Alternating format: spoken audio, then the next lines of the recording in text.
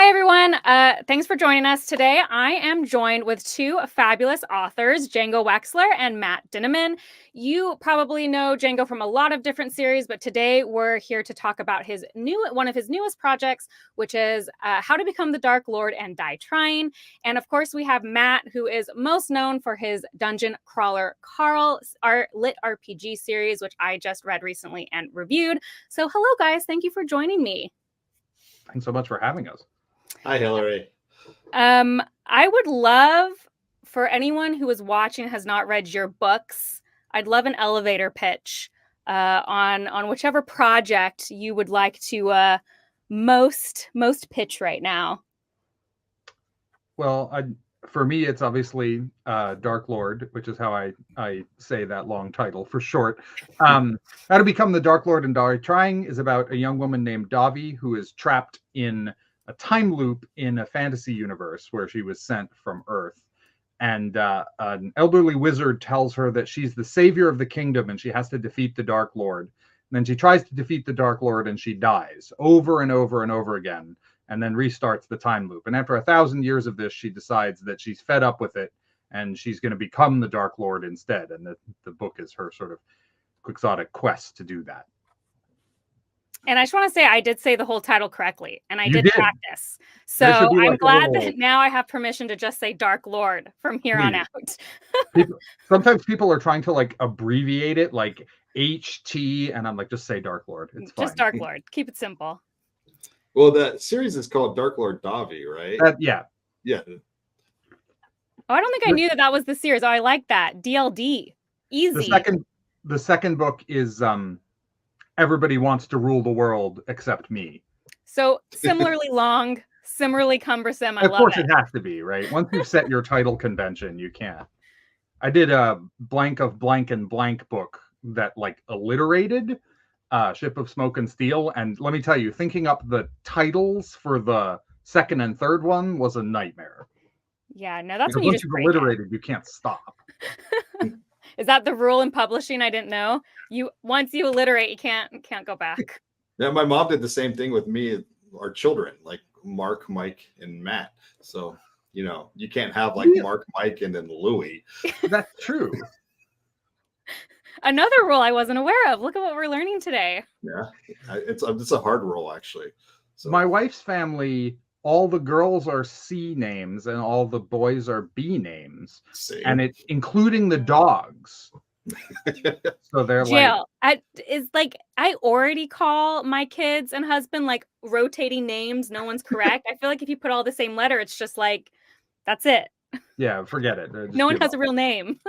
No, and it doesn't help when the mom's really mad at you because, she has to cycle through until she hits the right one. Yeah. She's like, Matthew Dinniman. And you're like, wait, is that me? Am I that one? I thought I was Mark. What about you, Matt? Give me the Dungeon Crawler Carl elevator pitch you like to give. Okay, so Dungeon Crawler Carl is a book about a guy and his ex-girlfriend's cat who are stuck on an alien reality game show. And that's usually... That was a short elevator. We were just going up a single floor. Well, usually what happens is when I have to do the elevator pitch, I'm at like a table at a convention and people are like, what the heck is this bullshit? And then... That's a problem. We both read it, so we don't react with appropriate incredulity. We're like, yeah. Cool, that makes sense. And then, because I'm usually surrounded by a bunch of stuff that's cat themed, and they're like, there's a cat in this, and then I have to explain that the cat talks, and she's a princess and stuff like that. But yes, it's about a guy stuck at an alien game show with his ex-girlfriend's cat. And perfect. Yeah. And I actually think if anyone here has only read one of the books we're talking about, that they have similar enough vibes that I feel like a fan of one would be a fan of the other. They're not similar, but like there's overarching like humor, gameplay elements that I think similar people would appreciate. Humor and really like vile swearing, I think, are the commonalities. Yes, obviously. That's just the nature of anything that's based on like D&D, TTRPGs in general, video games. It's all going to be there. There's something else, though, we all have in common, which is that we're all kind of Seattleites, which is just something I feel like I have to bring up. Very true. We all live in the rain. Matt, you actually bring it up in Dungeon Crawler Carl. I actually quite enjoyed that. You have several Seattle references in the first book, at least. I do, and it goes throughout the series as well. But Carl is from Seattle. Donut is a show cat, and show cats are like show horses and dogs, where they have these long names. And her name is Princess Donut, the Queen Anne Chunk. And a lot of people think it's Queen Anne Chunk because they listen to the audiobook, but no, it's Queen Anne, which is a neighborhood in Seattle. And I caught it. Yeah. There's other things he says that I'm like, oh yeah, that's right. You got the culture down of Seattle. How long have you guys lived in the area? Go ahead. Well, I've lived here. I was a military brat, but I pretty much grew up in Tucson, Arizona, and I moved here in 2011. Okay. So I've been here since then. But I think I know the scene pretty well by now. Oh, for sure. For sure. I felt like you did. Although I've only been here 4 years, so I'm less, I guess, entrenched. I'm the old man. I moved here in 2007 from Pittsburgh after finally extracting myself from the university where I went to college. Rain, yay or nay? I guess that's the question everyone wants to know. How do you feel about the rain? Rain is fine. Honestly, coming from Pittsburgh, it's worse. Pittsburgh has fewer sunny days than any city in the U.S. Oh. That's a statistic I read somewhere and have not verified. But it's bad. The weather there is bad. And so when I moved to Seattle, people were like, doesn't it rain all the time? And I'm like, it can't be worse than Pittsburgh. I tell you what gets me instead of the rain is the darkness. Like the thing they don't tell you about Seattle is it's so far north that like dark. Sometimes in winter, like the sun comes up at 10:30 and goes down at 4:30. So you go to work and you like miss daylight. Mm-hmm. That's rough. Yeah. Arizona, it's scorching death heat, and you can't do anything outside without like your shoes literally melting to the sidewalk. And there's scorpions. Yeah. There are scorpions and snakes. We keep oven mitts in our cars there because if you touch the steering wheel, you'll get burns. Forgot food items in my cars and they explode randomly because it gets so hot. And it's extremely different here. Here it's just dark and depressing, and it doesn't rain. It kind of like thinks about raining, so it's drizzle. Yes. I feel like that's better though. No, that's definitely better. Okay. I like no one them. here uses umbrellas. I like them both. It's true. That's the one thing about Seattle I've noticed. Nobody has an umbrella. You go to any place where it rains, everyone has them, but not here.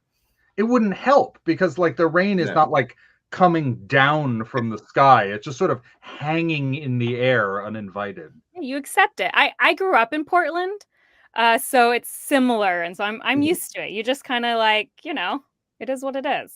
Anyway, I just thought that was fun that we're all here in the Pacific Northwest. But Matt, you already brought up a little bit about Princess Donut. Obviously the highlight character for most people. What I didn't know, but I found out through my research, is that you used to attend cat shows. I'm dying to know more. So I've always been a writer, but before I made money as a writer, I was an artist. I drew pictures of cats and dogs for a living.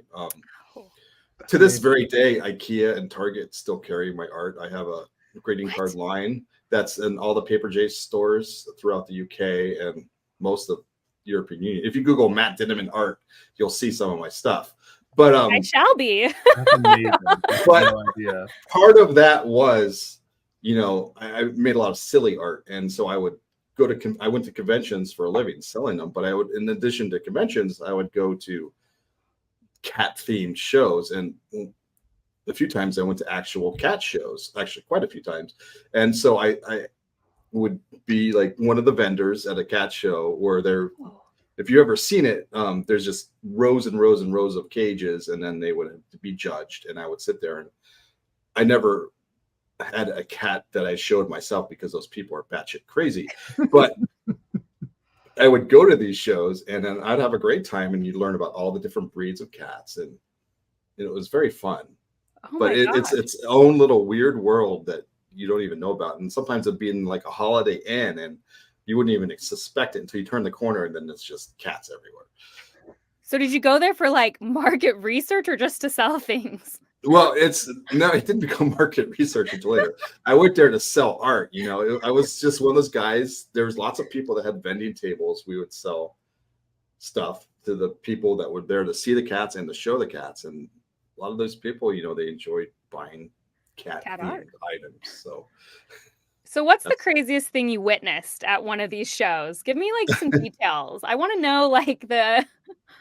Is there just an urge to like go down the row and just open all the cages just to see what would happen? Well, it's funny because some of the owners, like, they would have like these like boards up, like the kids science project, the trifold boards, where they would talk about the cat breed, and they were trying to educate other people about the cat breeds. But some of them wouldn't let people anywhere near their cats. They're like, "Don't look at my cat. You can't even interact with my cat. Don't even look me in the eye. How dare you?" And then other people, were very, very open about talking about different cat breeds. And I got to the point where I could tell the type of cat they would show based on the personality of the person I was talking to. But craziest thing, I was at a CFA show, which is the big one, and this was in Cleveland, and a cat got out, and it was an Abyssinian, which is known, they're known for being a little bit crazy. And this is a convention center, a big convention center, and the cat got up into the rafters and was all the way up at the top, like this, like 50 feet up. I don't know how it wasn't 50. Was the owner freaking out? Owner was freaking out. The cat was screaming at the top of its lungs, but it was like happy screaming, like it's like, "You can't catch me, asshole!" And everything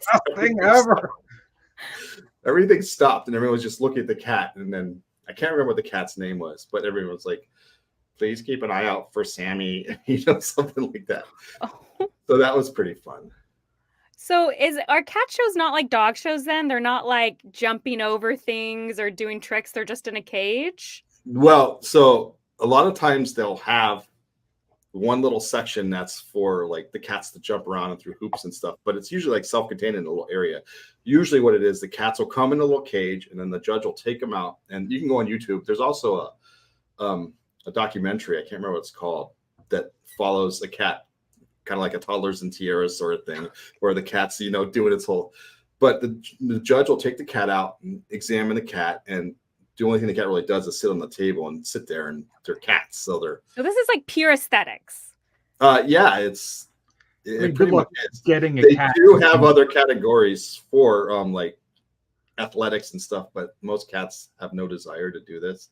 Like, try getting a Persian cat to do anything. It's try to get a cat. I mean, I'm a cat person. I grew up with a cat. Django, I know you have 4 cats. I do. Which feels it's brave. A lot of cats. I have 4 cats as well. So you also really have 4 cats? You have 4 cats and 6 dogs? Well, no. So I have 5 dogs, but my mother-in-law, my daughter's graduating high school. So there's 6 dogs in my house right now, and I have so I have 2 pugs, a Labrador, a Maltese, and a Silky Terrier, and then her dog's a Westie, and they all hate each other, and it's going to be all.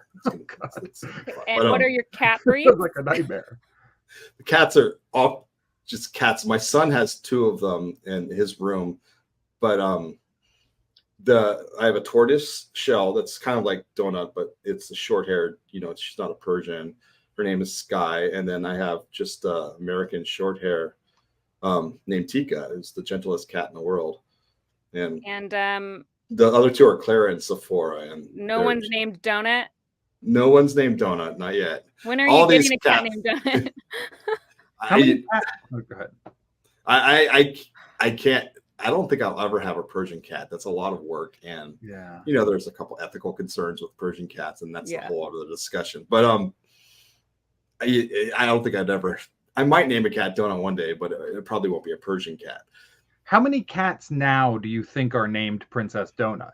There's dozens. Dozens, sure. and they're dogs and cats and other animals and all other names, you know, and it surprises me every day when people come up with them. And there's a lot of animal shelters that recently have been naming their cats and dogs after the characters, because I always post it on Twitter and then it gets a bunch of views and stuff. So it's pretty cool. That's so fun. So Django, what's your cat situation, since we're just on the topic of cats? We have two elderly cats who have been with me since we moved in 2007. So they're 17 years old now. Wow. They're an orange and a black named Tomo and Sakaki from Azumanga Daioh, which is an anime that, you know, is so old now. I probably am the only one who remembers it. The kids these days, I shake my cane, whatever. Anyway, they're my elder cats, and you know, they're hanging around. And then a couple years ago, we wanted them to overlap with our next set of kittens, and we didn't know how long they'd be with us, and so we got these new kittens, who are a tuxedo and a tortoiseshell, who are named Zanj and Viv from Max Gladstone's Empress of Forever. And they all get along great. And actually, it feels like the kittens have really reinvigorated the older cats, because like they were slowing down, but then they've been healthy for another 3-4 years. So we ended up having 4 cats for quite a lot longer than we originally thought we would. Yeah, I am. My childhood cat lived to be 23 years old. Oh my goodness. Wow. So I know all about the elderly cat situation. And you know, it was a mutt from the pound, because that's what like all cats. Yeah, all my cats have been shelter cats. They're just, you know. It's funny how you're like, you have a dog and you're like, oh, what kind is it? And like people can usually answer, and then like you have a cat, what kind is it? Well, brown, like no, orange. You know, like yeah, it wasn't until I started drawing cats that I learned that there were cat breeds other than, you know, the flat-faced ones, the James Bond cats, and then normal cats. Yeah. I know you get asked about Princess Donut a lot. I think she's just like a very memorable character, but how much was your going to cat shows for these conventions like an influence on that character, or like was that because of it that you came up with that idea? It was definitely because of it. I wasn't necessarily planning on, so I one day I had a show where the cat that was Princess Donut, it was a Persian tortoiseshell cat, was right there, and I was staring at this cat all weekend long, and she was just this tiny little flat-faced fluffy thing that doesn't even look like a cat when she's all pooped out.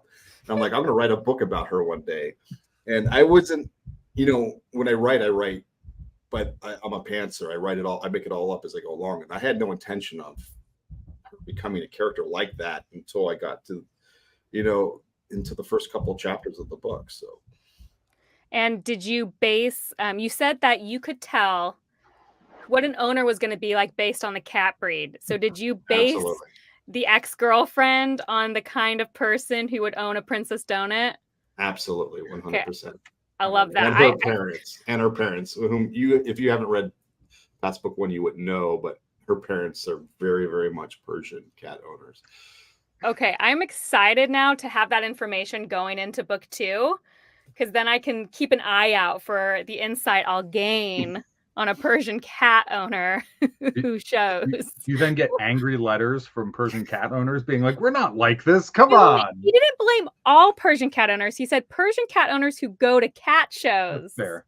I have never gotten an angry letter from a Persian cat owner. I've gotten angry letters from Cocker Spaniel owners, but not Persian cat owners. Yes. Man, I love that. I loved hearing that piece of information, because it just seemed so random. But I am definitely going to go look up your art now, because I love Paper Source. Is that the one? Oh, Paper Chase. Paper Chase. I love Paper Chase. And so I wonder, like, have I bought something cat related with your art? I got to go look now. That's such a cool intro. So both your guys' stories are humorous. They're very over the top silly. Now, Django, I read your author note. This was kind of like your first comedy foray into comedy. Yeah. It's scary, man. Comedy is scary. It's hard. I was saying when I went to edit this with my editor, we talked, and I'm like, I feel like the problem is going to be, normally the editor will say, well, maybe we should change this part. And I'll say, well, I don't think we should change it for such and such a reason. I want to preserve this character arc or whatever. But in this, I felt like the editor would be like, well, we should make this change. And all I could say was like, no, I think it's funny this way. That's all I got. It's a joke and I think it's funny. And so the editing worked out, but I was still kind of like, is there anybody else going to think this is funny? There's this thing in the back of your mind of like, am I just like a super weirdo and like things that I think are funny are just going to like tell on me and nobody else is going to laugh? That's the thought in the back of my mind at all times. I feel like we've all been I am there. a super weirdo, but like apparently it's in a way that makes some other people laugh. I feel like we've all been there where like, we're like, oh, look at this funny video, and then nobody else laughs, and it's just that horrible feeling of like, oh, shoot. Matt, now I was looking up some of your other series. I don't think all of them are humorous, but I think a lot of them involve humor, right? Am I correct in that? Well, I think they're funny, but I'm a horror fan. I consider all my stuff horror before I consider it humorous. But yeah, everything will always have an element of humor into it. I have a couple books that are decidedly horror. One called The Grinding and one called Kaiju Battlefield Surgeon. And I think both of those books are hilarious, but a lot of people don't. But I heard a lot of dark humor. Like all the reviews I was reading, there was like, oh, there's dark humor in here because I was trying to see if they were funny or not. So yeah, but Carl's most definitely the one people consider the most humorous by far. I mean, I think it's very in the forefront in Carl, at least in my opinion. And that was actually kind of interesting for both of you guys because I think it's kind of a hard well, you tell me if it's a hard balance because you have to have enough emotion and like character development to get people to care about your series. So like, how do you guys balance like jokes, goofs, fun, hilarious, but also like I need to somehow hook a reader to make them care about my ridiculous character? I think it's super difficult. One of the things I admired the most about Django's Dark Lord Davi book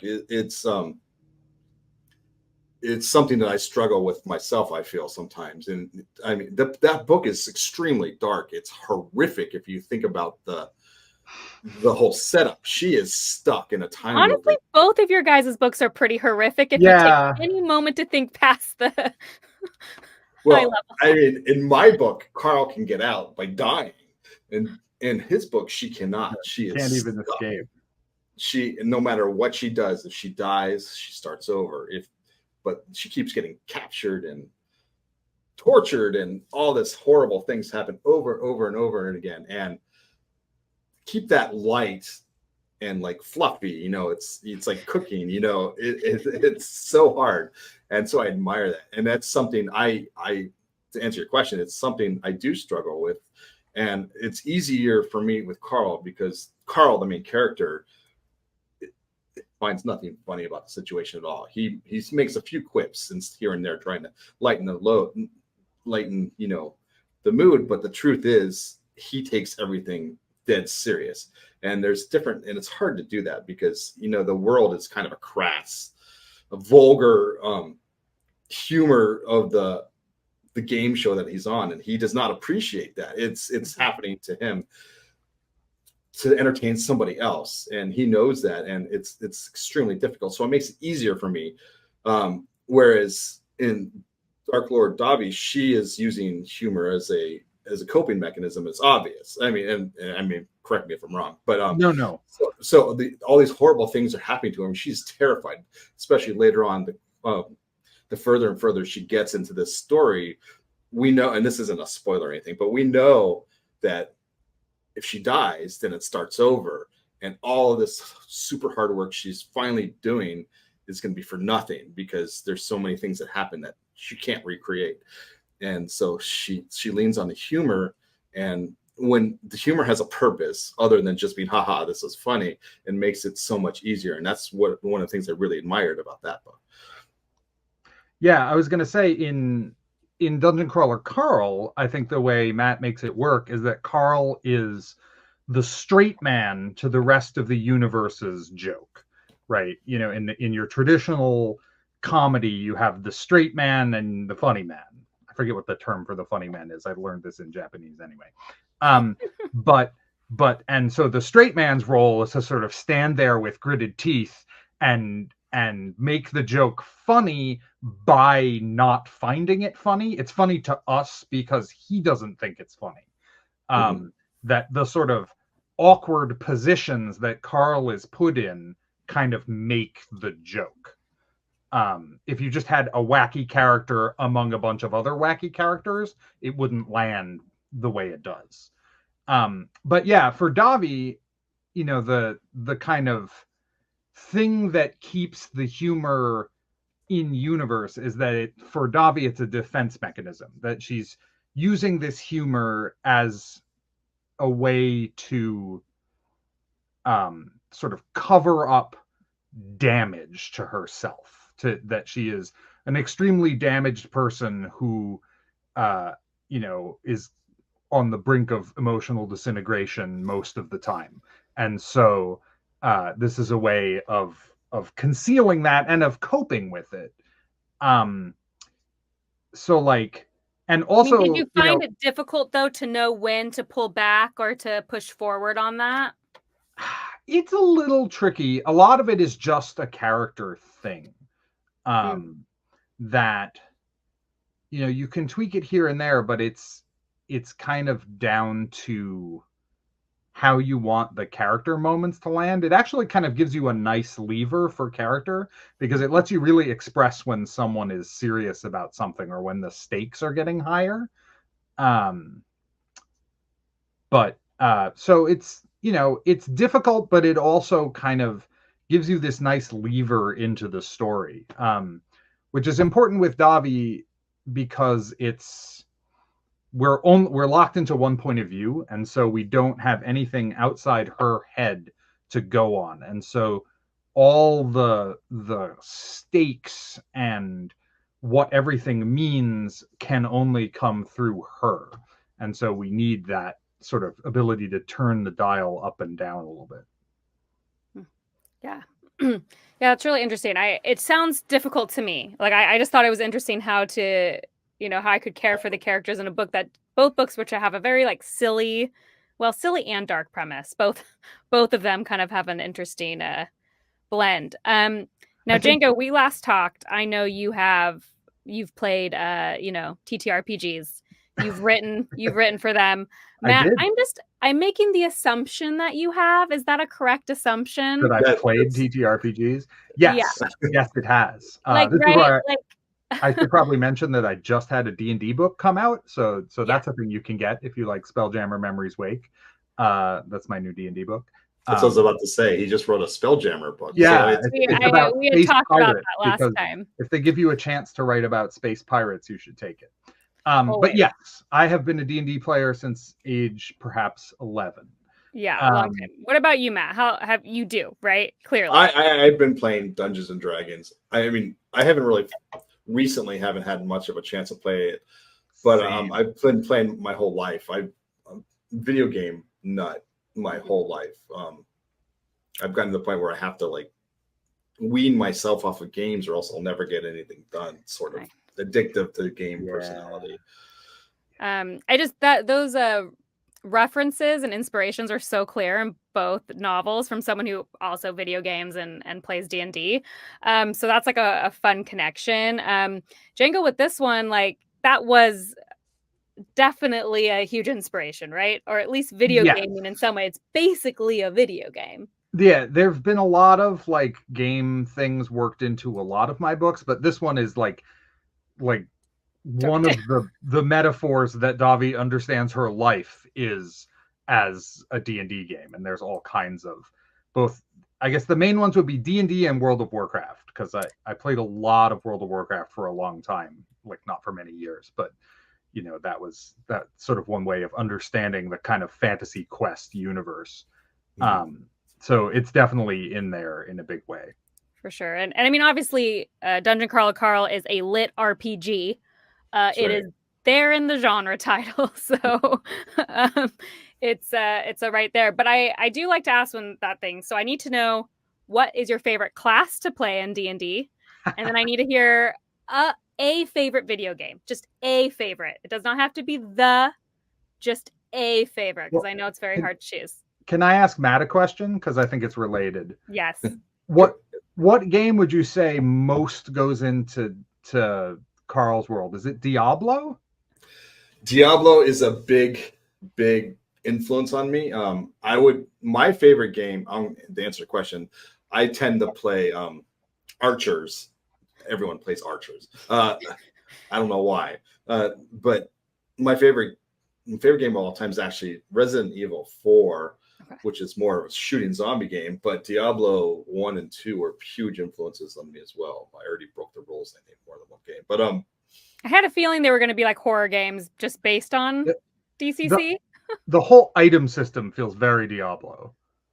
Yeah, well, I mean, they have unlimited in Diablo. You're always doing item slot management, which I always hated, which I guess is an influence. Yeah, I'm playing Diablo 4 right now, and it's like every time I get back from a dungeon, I'm like, now I have all this homework to do, and I feel like Carl. Is there a video game that's particularly influenced Dark Lord? Oh, World of Warcraft. You said World of Warcraft. World of Warcraft is the one I would pick. Just the sort of culture of it. Well, you'll see more of this in the sequel, but the guild of adventurers in the Human Kingdom are very much a kind of World of Warcraft / D&D adventuring party guild, who are, looked at from a dispassionate analysis, a bunch of psychopaths who just like stride out into the wilderness to kill everything they can get their hands on. The murder hobos, we call them. For me, to answer your class question, I am kind of like a rules junkie, so I always tended to dive into whatever class had like the most complicated rules. Usually in D&D that meant spellcasters, so I played a lot of wizards and druids. But in various other RPGs, it's like whichever one comes with like a big crunchy mountain of rules. But realistically, I've been a DM basically all the time. I think you have to be at some point, because otherwise you don't get to play. Exactly. Like no one wants to be a DM. I'm that guy. I'm the guy who says, all right, well, no one else is going to do it. But so probably 90% of my TTRPG time has been behind the screen. Yeah, and I think, did we talk about this last time? But, my husband's a self-published author. And while he was writing, he tried to be a DM. And he said it was really hard because he realized the DMing took the same creative energy that his writing took. And that's why I gave up D&D. Writing as a DM. And that it was hard to do both. I haven't really played D&D in probably 10 or 15 years, aside from a few like convention one-offs. And the reason is that like, I found that when I was like writing my campaign and my adventures, it was directly taking away from my writing. And like, since that's my job now, I don't have that luxury. And of course, no one else will DM. So like, I can't just play in a game. You're just stuck. Matt, what class do you gravitate towards? I like archer classes. I'm kind of opposite of Django, because like I play I'm like a sorcerer, for example, and there's all these rules. And I hate having to look up rules, looking at like, what the heck does this spell do? I just want to hit the thing with my stick or shoot it with an arrow, It's funny, I'm both of you guys in different ways, because Django, I'm the same. I love being a spellcaster, but for me, it's like, how can I break this? Like, how is this rule written so that I can make the DM as miserable as possible, but like technically, this says I can do this. Yeah. But only for comedy. Like, never to like be overpowered. I'm not like a min-maxer, but just like for hilarity, how can I ruin your life? I think it goes back to when I was in high school, we played RPGs in a way that's kind of unfathomable to me now. And so we'd play like 2 or 3 days a week for 6 or 7 hours at a stretch. And only then a kid can. I'd spend the rest of the time like thinking about it. And so getting into the very complicated end of the characters was a way to like, because then I could spend the whole rest of the time that I wanted to be playing RPGs but couldn't, like reading the rule books and figuring shit out. What we would now call theory crafting, although that term was still in the future in 1998. Yeah. But Matt, in a video game, if I get to choose, I like to be an archer because I am a scaredy cat. So anything that can be done from a distance is my preferred method of killing things. I am all about like sneaking behind the boulder and like, what can I do so they never see me and nothing is in my personal space? Yeah, I tend to be pretty risk adverse too, but I like to build my character up so to the point where they can survive, just like in Skyrim. You know, you walk up with a sword and you just beat the dragon to death without even casting a spell. I'm still playing Tears of the Kingdom right now, which is obviously a very different game from like Dragon Age and Skyrim and stuff. But like I have 28 hearts so that I can go anywhere and it does not matter. Nothing can kill me. And there's a feeling of wonderfulness about exploring a world where nothing can kill you. That's what I do in Skyrim, Dragon Age. It's like you just get to the point where nothing can kill you anymore. I'm a grinder. I'm currently going through a new character in Diablo 4 since they did their Loot Reborn, and I wanted to try it. And there's nothing sadder than doing like little bits of story areas when you're like laughably overpowered. So like some demon will be like, ha ha, I will totally defeat you. And he like goes through this elaborate animation and you're like, pew, and he explodes. No, like, there's nothing better. What are you talking about? When I got the end of Dragon Age Inquisition, I had played something like 120 hours. And so I got to that final boss and it was incredible. It was like, I'm done. It's not even scary. That's the way to do it. Because I'm a wimp. I tend to get into the weeds of the side quests also. So, you know, my guys are super powerful by the time we get to the end as well. That's kind of what happens. If you don't do every side quest, what's the point of playing? That's why I'm still playing Tears of the Kingdom 2 years later. Because I'm almost done. I've almost done every side quest. That happened to me in Baldur's Gate. In Baldur's Gate 3 on my first playthrough. I did all the side quests, and by the time I got to the final boss, it was not much of a contest. Yeah, it sounds perfect. Hopefully, you know, Davi and Carl will get there. You know what I mean? Carl's not an archer though. No. It just blows things up. That's barefoot melee and bombs. That's Carl. Speaking of both those books, you can answer for both of each other, like for both books. But I always love asking the question. So, like for example, Django and Matt, if you were put in the dungeon from Dungeon Carl, what floor would you make it to? Oh no! As your current self, which floor do you think you'd go to? I would definitely not get past floor 3 because I am exactly the kind of person who would get sucked into the like elaborate backstory and then spend all my time doing that and like not be powerful enough to actually get to the exit on floor 3. So some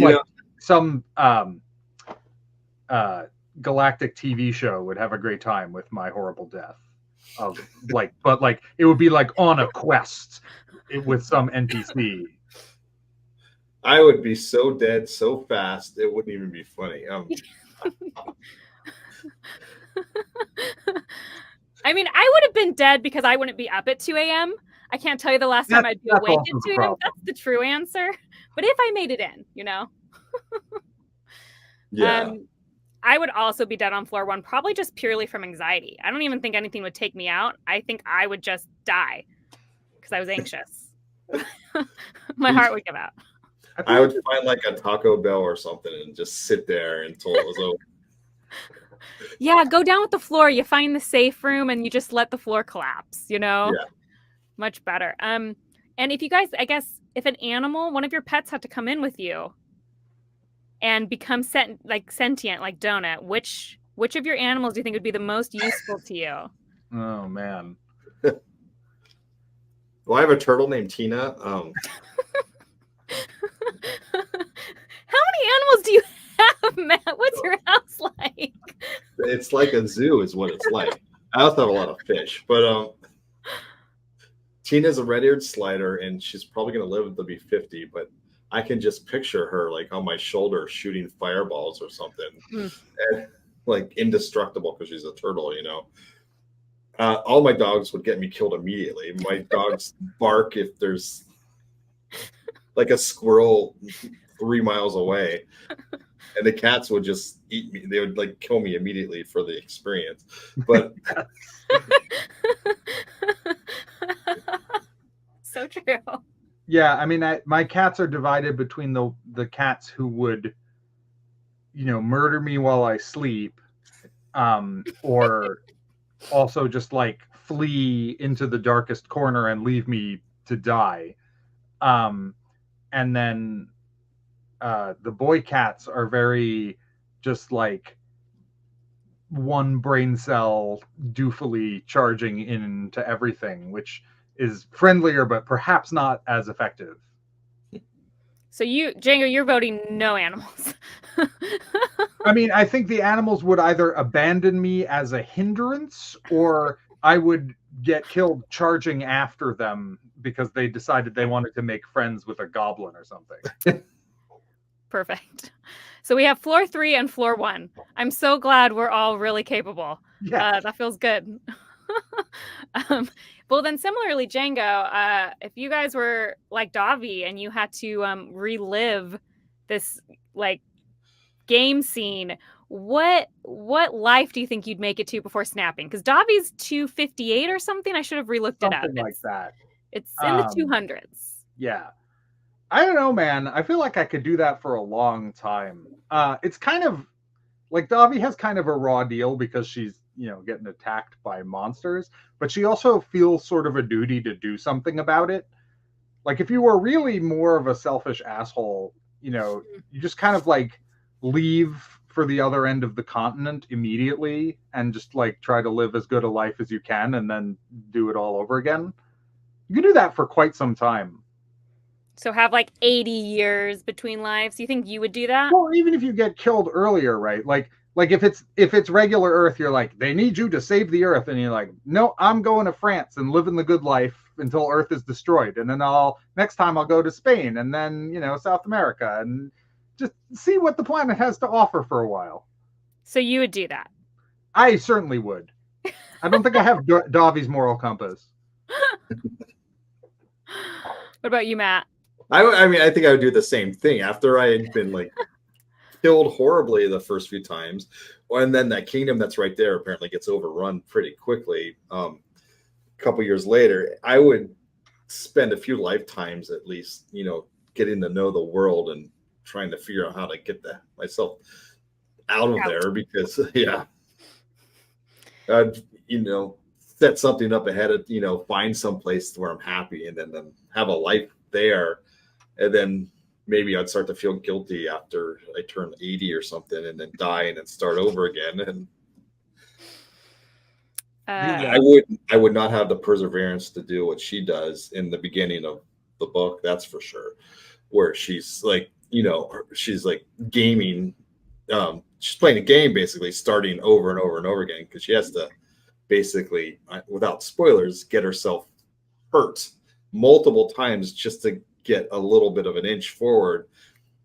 And that's, I don't know how that would get old very, very fast. It's the original question of Groundhog Day, the movie. Like, is Bill Murray in heaven or is he in hell? It's sort of hard to tell. Yeah, interesting. I definitely wouldn't make it 200 lives in. So before I change something, for sure. Don't trust any long white bearded dudes telling you about your destiny. That's a good rule in life generally. Run away from it. Don't do it. So Matt, I found out that you let your patrons decide things in your book, which is so brave to me personally. Now, from what I heard, they can do like loot boxes and like experiences. They're not controlling like character. They're not controlling Matt, or not Matt. I said Matt. You're Matt. Carl, or anything. But I had this thought, like, is that kind of meta? Like, are these patrons now acting like the alien TV watchers who are manipulating Carl, and how do you feel about doing your own personal Hunger Games? I think it's pretty overt. But and I say that to their, to their digital faces all the time. You guys are the audience. Screw me over. Like I said before, I'm a pantser. I make things up as I go along. So I deliberately set it up so no matter what choice they choose, and they always surprise me. Sometimes it seems like if they're obviously going to pick this and they pick the next one down, it paints me in a corner. The book Django was just talking about, book 3, that entire plot was voted on by the patrons. Okay, I know book 3 is Trains. You're right. Trains were voted on by the patrons? Yes. In the book 6, they're on the surface of, they're not really, but they picked a country of the US and its culture based on that. And they chose Cuba. They had the choice of every single country in the world. And for whatever reason, it got Hunger Gamed or like March Madness down to Cuba. And I enjoy that. I enjoy that process of being painted in the corner and having to come up with clever ways to get out of it. And I wouldn't have it any other way. But to answer the question, yeah, I mean, they look at each other a lot and they're like, are we the bad guys here? Are we, I mean, are we bad people for enjoying this? Reflect on like how they would act if this was a real situation? Have they proven to themselves that they would be, voyeurs? They would be the willing subscribers and, watchers? I think it's a pretty common topic because a lot of times I get criticisms that were like, well, there's no way that even in the galaxy with aliens and different species, people would put up with this. And I don't think that's true. I mean, we already do it. Our own human history is proof. And we do it every day, even to this day, for that sort of thing. But yeah. I have a friend who was on a TV show about, hunting people for sport. So like, that's a thing. They made that show. I mean, there's all sorts of Stanford prison experiment. Right. The one, I forget what its title is, where they did like the test where you that's the prison guy. Do you know what I'm talking about? Where they give the zaps and there's a lot of proof actually that people probably would. But there was just something dark when I heard that your patrons were voting on it. Well, it's a pretty dark concept. I mean, it gets darker and darker as it goes on too, because we don't shy away from what it's really about. Yeah, man. So the way you said, I assume people were just floating any idea. So is it a poll or something? It's usually a poll, but a lot of times a poll is preceded by an open question, and I'll pick the ones that I'm okay doing, and I'll never have them vote for things that Carl does or Donut does. Like, the characters will remain, their autonomy is under my control, but they are the audience, just like, and they're on a game show, and the producers listen to what the audience wants, and they're the audience. It's just dark. It's darkly meta. I love it, but it's just darkly meta. And I guess a good plug. If you're a huge DCC fan, go become a patron, and you too can be an alien observer. It does say war crimes. That's a spell Donut gets them. I was going to ask about the war crime. Nice. It's not like a to-do list, I hope. Yeah, I know, war crime. It actually is a to-do list because I haven't revealed what that spell does yet to my patrons. Okay, this has been an amazing chat. Thank you guys for joining me. I do have a couple questions to kind of lead us out. The first one I always ask is, what are you currently reading, if anything? What are you reading? Right now, I'm reading Orconomics. Oh yeah, that's a great book. I have never read it. I'm listening to the audiobook, and it's fantastic. I've been laughing my ass off, and I've been, my to read list is so long, and there's so many obvious choices on there, and that one's been standing out at me for a while, so I finally got into it, and I'm almost done with the first book, and I'm going to go immediately to the second. That's Zachary Pike. Yeah. Okay. Yeah, that's a great one. Yeah. I have been lucky enough to get an early copy of Joe Abercrombie's new book, which is called The Devils. And I'm reading that. Django. Fantastic. Oh my gosh. So I'm you super excited about that. So lucky. If I finish it in time, I'll give them a quote. Maybe You'll send it to me? Is that what I heard?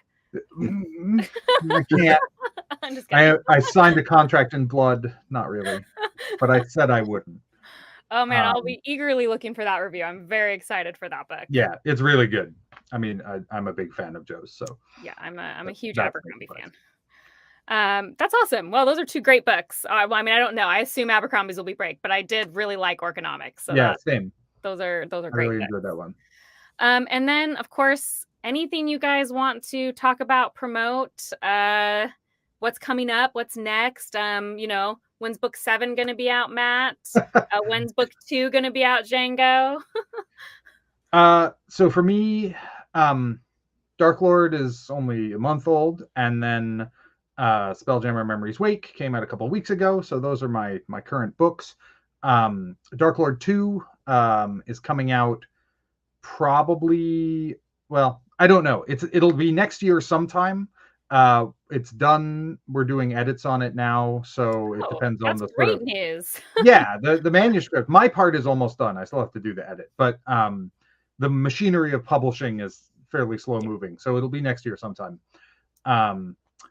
And then I have a book called Last Stop coming out in October from Podium, and so that'll be both audio and print, but it's a kind of short, pulpy novel about a world where humans have to live on mountaintops because the lowlands are completely occupied by killer giant insects, and the humans fly around in airships with propeller fighter planes, and they fight each other and the giant insects. And it's about a mercenary company going out for one last big score. It's a lot of fun in a very kind of like adventure serial sort of way. So I'm really looking forward to that. And I'm working on a new sort of space opera thing, which is coming next, but probably not until a couple years from now. And if you go to my website, which is djangowexler.com, and sign up for my newsletter, there's a big link there. You can get a free novella called Horde, which is about an adventuring party. And on the first page, they slay a dragon and find a big pile of treasure. And then the rest of the book is about them trying to get the treasure back to civilization, because it turns out gold is really heavy. Wow, you got a lot going on. So Django fans, you're going to get fed, and I will leave those links, by the way, in the description box for both Matt and Django websites and book links. What do you got going on, Matt? Well, real quick, How to Become the Dark Lord and Die Trying. I got this book in advance before it came out, and I really enjoyed it. I enjoyed it so much, I ended up buying the audiobook after it came out. And the audiobook, oh my God, it's fantastic. I just looked up, I couldn't remember her name, Jeanette Illich, I think it's pronounced. She's the narrator for that book, and I never heard anything that she narrated before, and she is a fantastic voice actress. So I highly recommend, if you like audiobooks, to try his audiobook on that, because it's really good. And anyway, I could return the compliment, like the audio production of Dungeon Crawler Carl is unbelievable. Jeff Hayes, who does the narration, it may be the best audiobook production of anything I've ever heard. It's amazing. I also got a preview copy of Dark Lord, so I just read it.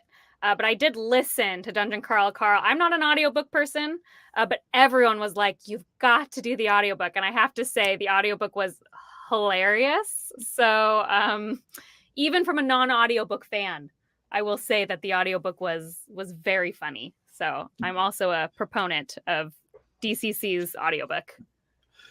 Well, I am working on book 7. We still don't know when it's going to come out. It's not finished yet. I'm working on it every day. Hopefully I'll be done before the end of the year, and it'll be out before the end of the year, since the later books are still self-published. But Ace has the print-only rights to Dungeon Crawler Carl now, so they're releasing the first book in hardcover on August 27th. And it's a great cover. I'm personally a huge fan of the cover that they have made for that. I'm a huge fan of it as well. It's a little controversial amongst my fans, but well, the original covers are also good. I feel like yes, it's not a case where it's like, oh, thank God you traded that out. No. Right. And the original covers aren't going away. Like, I'm working on the book 7 cover right now, and it's just bonkers. And So I mean, it's the best of both worlds. Yeah. They're both great covers in different ways, but I feel like a lot of times when you trad pub, sometimes they can take away any sort of humor or fun, and so I liked seeing what they did with it. Anyway, it was good. So yes, I will leave links to both of their books below and websites and where you can find them. Thank you so much for joining me, Django Matt. I really appreciate it. It was a good time. Yeah. And I'll catch everybody next time. Make sure you guys go check out. It's so hard to do this. Their books. I'm pointing in the right direction. See you guys next time. Thank you very much.